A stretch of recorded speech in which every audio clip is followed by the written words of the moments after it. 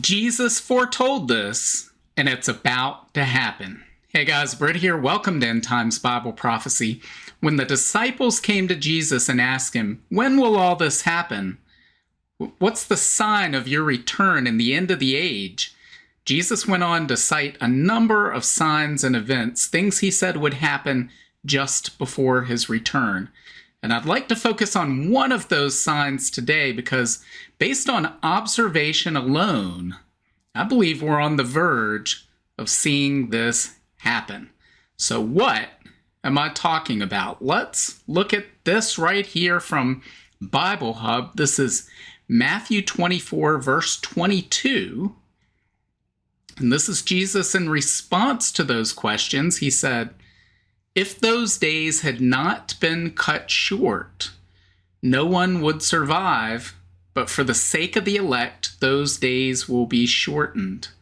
So traditionally, many of the commentaries that I've read over the years interpret this as, well, no people will survive, humanity won't survive, no one's going to be able to live through this time, meaning humanity might destroy itself through nuclear weapons or through world war, whatever it may be.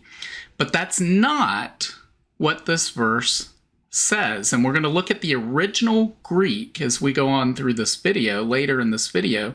And I think you'll see that very clearly, that that's not what he says. But I think that when we look at the trajectory of current technological trends, it gives a vivid illustration of what I think, and again, this is my personal opinion, but what I think Jesus was referring to in this passage. So let's take a look at this article right here from Futurism. This is almost 10 years old. This is from December 2015. And if you're one of the premium members over at brittgillette.substack.com, we went over this a few weeks ago, but I think that this is worth reiterating again because this is very important. So this is titled "The Dawn of the Singularity, a Visual Timeline of Ray Kurzweil's Predictions." And this goes on to talk about different predictions, technological predictions that have been made by Ray Kurzweil. It says, "The following predictions were made by Ray Kurzweil in his book, The Singularity is Near." Kurzweil, now the director of engineering at Google, has made 147 predictions since the 1990s and has maintained an astonishing 86% accuracy rate. And that's a good rate. Probably better than I would do, because it is not the Bible. So I'm not saying that Ray Kurzweil's predictions are on par with the Bible. They're not. Bible's predictions are 100% accuracy. Bible prophecy has a perfect track record.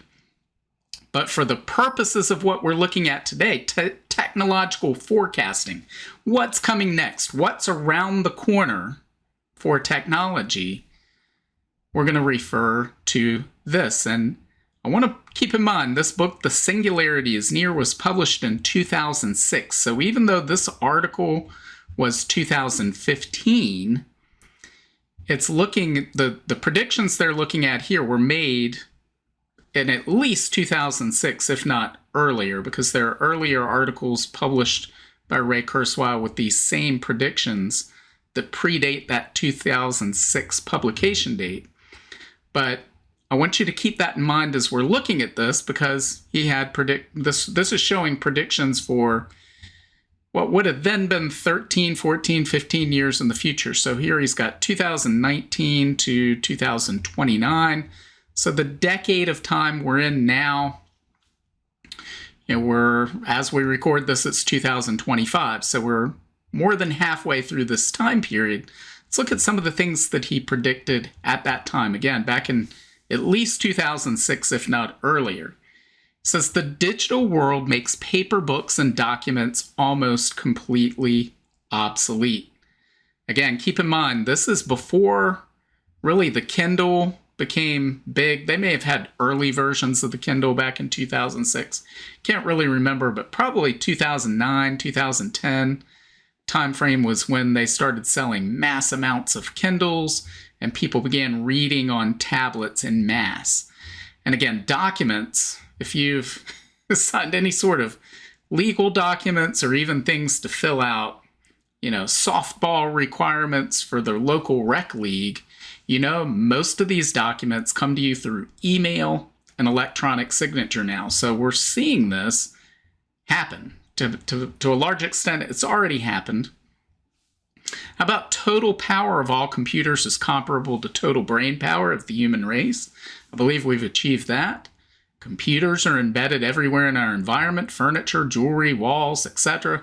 They're not in everything and all of those things, but certainly if you buy appliances made today, if you buy brand new things today, yes, to a large extent, computers and advanced technology are embedded into all of those goods. About creative AI is now capable of making complex art and music. We have seen that. We see where AI can create artwork almost instantaneously. It can create films that look real. They may not have the same storyline and the same polish as films coming out of Hollywood, but to a large extent, you can't tell that the actors and actresses in it are really avatars and that it's AI generated.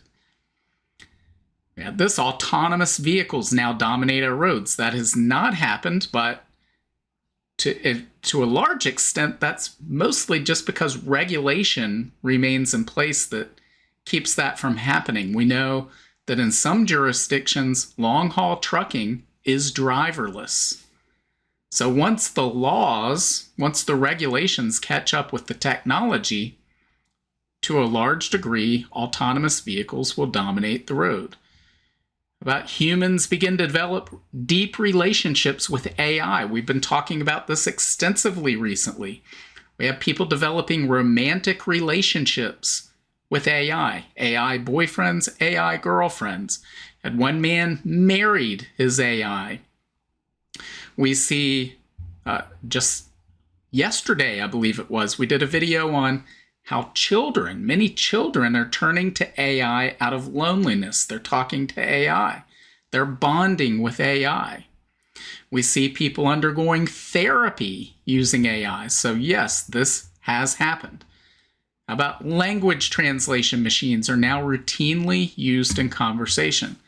This is the case. So we see this very thing here where you can use your smartphone, hold it up to a sign in a foreign language, and it will instantly translate it for you. Google Meet came out with technology just a month or two ago where they demonstrated you could talk in real time to someone in a foreign language, and they hear you in their native language. The translation is instantaneous. It's with your voice, your tone, your inflections in their language. So this isn't something where it's subtitles that are maybe out of context, poorly translated, and you get it about 80% right. No, this is near flawless translation using your own voice and your own intent within your language translated into the other person's language. So again, this is a pretty good track record for predictions that were made so far in advance. What does he have coming up in our near future? So these are events 2029 to 2030s coming up. Well, we have computers are now capable of autonomously learning and creating new knowledge. To some degree, we're already seeing this, where we've had AI coming up with novel solutions to problems that have been presented, new materials. So we're seeing breakthroughs in material science by AI. We're seeing breakthroughs in areas of quantum computing and making quantum computing more viable at higher temperatures, increasing or decreasing the error rates of quantum computing. So we're seeing this happen already to a large extent. $1,000 personal computer is now 1,000 times more powerful than the human brain. Again, we haven't reached that point yet, but again, this is a future prediction at this moment. But we just had Grok 4 come out last month. And that was described as being the equivalent of a PhD, a whole hundreds of PhDs in your pocket. So PhD level intelligence in almost every field imaginable.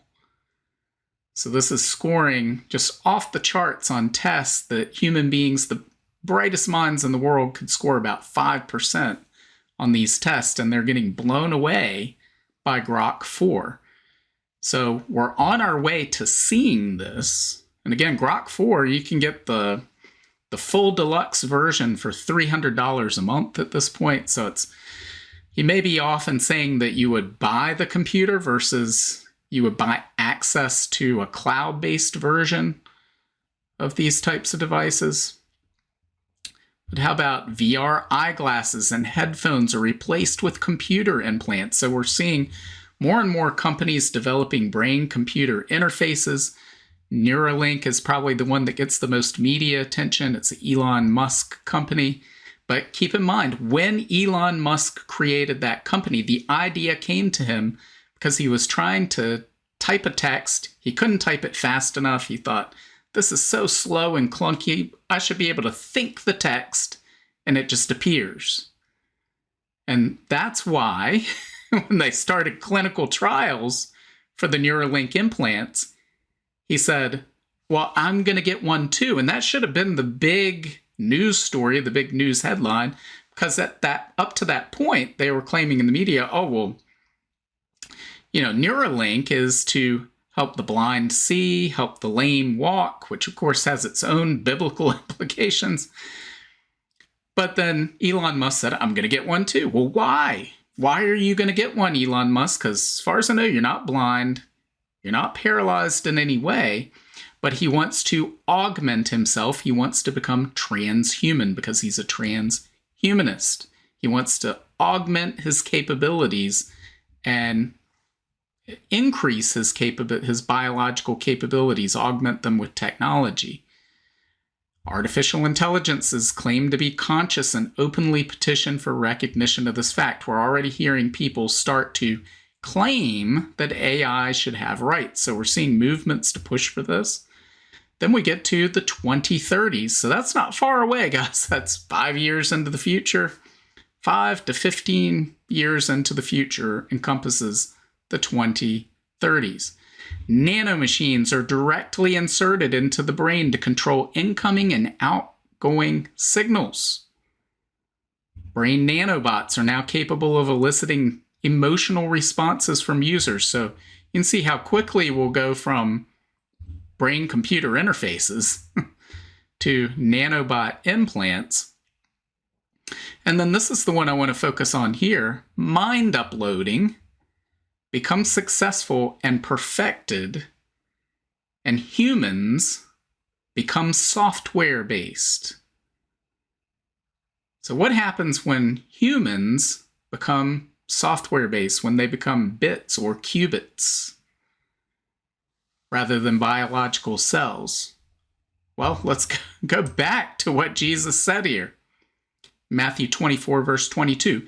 If those days had not been cut short, no one would survive, but for the sake of the elect, those days will be shortened. And probably a better translation of that is, unless those days are shortened, no flesh would have been saved. We read that in the King James Bible, there should no flesh be saved. And that is the correct translation. If we go and look at the original Greek text, we find the word sarx used there, which means flesh. So it does not mean the whole body, but it means flesh on bone. So unless those days be shortened, no flesh would survive, is what Jesus says. Guys, according to the timeline we were just looking at, and again, that is not the Bible. That's Ray Kurzweil. But he's forecasting technological trends, and he has a pretty good track record. And we can look around, we can observe the world around us and say, we're heading toward that, whether it happens in that exact year that he's forecast or whether it's sometime later than that or a little bit earlier than that, we're heading toward a day when no flesh will survive, when human beings are going to merge with machines, when the transhumanist ideal will be realized, and humans will become software-based. This is where we're headed technologically, the human race. And so this tells us that if that technological trend continues, then no human flesh will survive in the very near future. And Jesus is telling us that that same thing is one of the markers, one of the signs of his return and his coming back to earth to establish his kingdom. And we line that up with all the other signs Jesus and the prophets said to look for, signs that we're seeing emerge and converge in our day and time. And we've been over those signs countless times in other videos and articles. But guys, it tells us the times in which we are living. Jesus is coming back soon. Soon we will see the rapture of the church. We're going to see the 7-year tribulation, the rise of the Antichrist, and we're going to see the second coming of Jesus Christ. At the end of that 7-year tribulation, he will come back to earth with the saints and establish his millennial kingdom. So guys, this is what we just looked at today. This is yet another sign of how close we are to those things. So there should be a sense of urgency that each of us have to share the gospel with as many people as possible. So make sure that you are always ready to share the hope that you have in Jesus Christ. Before we go, just a reminder, over on Amazon, all of my books now are in Kindle Unlimited, as well as Audible. So if you're a member of either one of those programs, you can read all of these books for free. You can listen to all of these books for free. And if you enjoyed this video, if you found this video informative, I highly recommend this one right here, Racing Toward Armageddon, Why Advanced Technology Signals the End Times. I published this back in 2017 with the same information we just went over was in that, pointing to this time where the transhumanists are trying to take us. But there's so much more in there about AI, quantum computing, many things that we're seeing happen today. We wrote about years ago, not because I have any sort of ability to see into the future, but because the Bible tells us all of these things. The Bible is telling us all of these things are coming. And when we look at these technological trends that are taking place, they're taking us to a place that the Bible long ago told us we're going to be. For instance, we know that based on technological trends, advanced technology is taking us inevitably toward global empire, a one world government. It's a necessity. And we go over why that is in this book. So if you have Kindle Unlimited, go read it for free. Learn more about this. Guys, learn about the times in which we live so that you can share these ideas with other people, because we need to wake people up to the reality of the times in which we live. Jesus is coming back. So guys, let me know what you think. Leave your comments below. If you missed it yesterday, we had the prophecy roundtable that we usually do. So on technocracy, AI, all sorts of technological trends that are taking place. So make sure to head over to the live tab on YouTube. You can check out that replay there.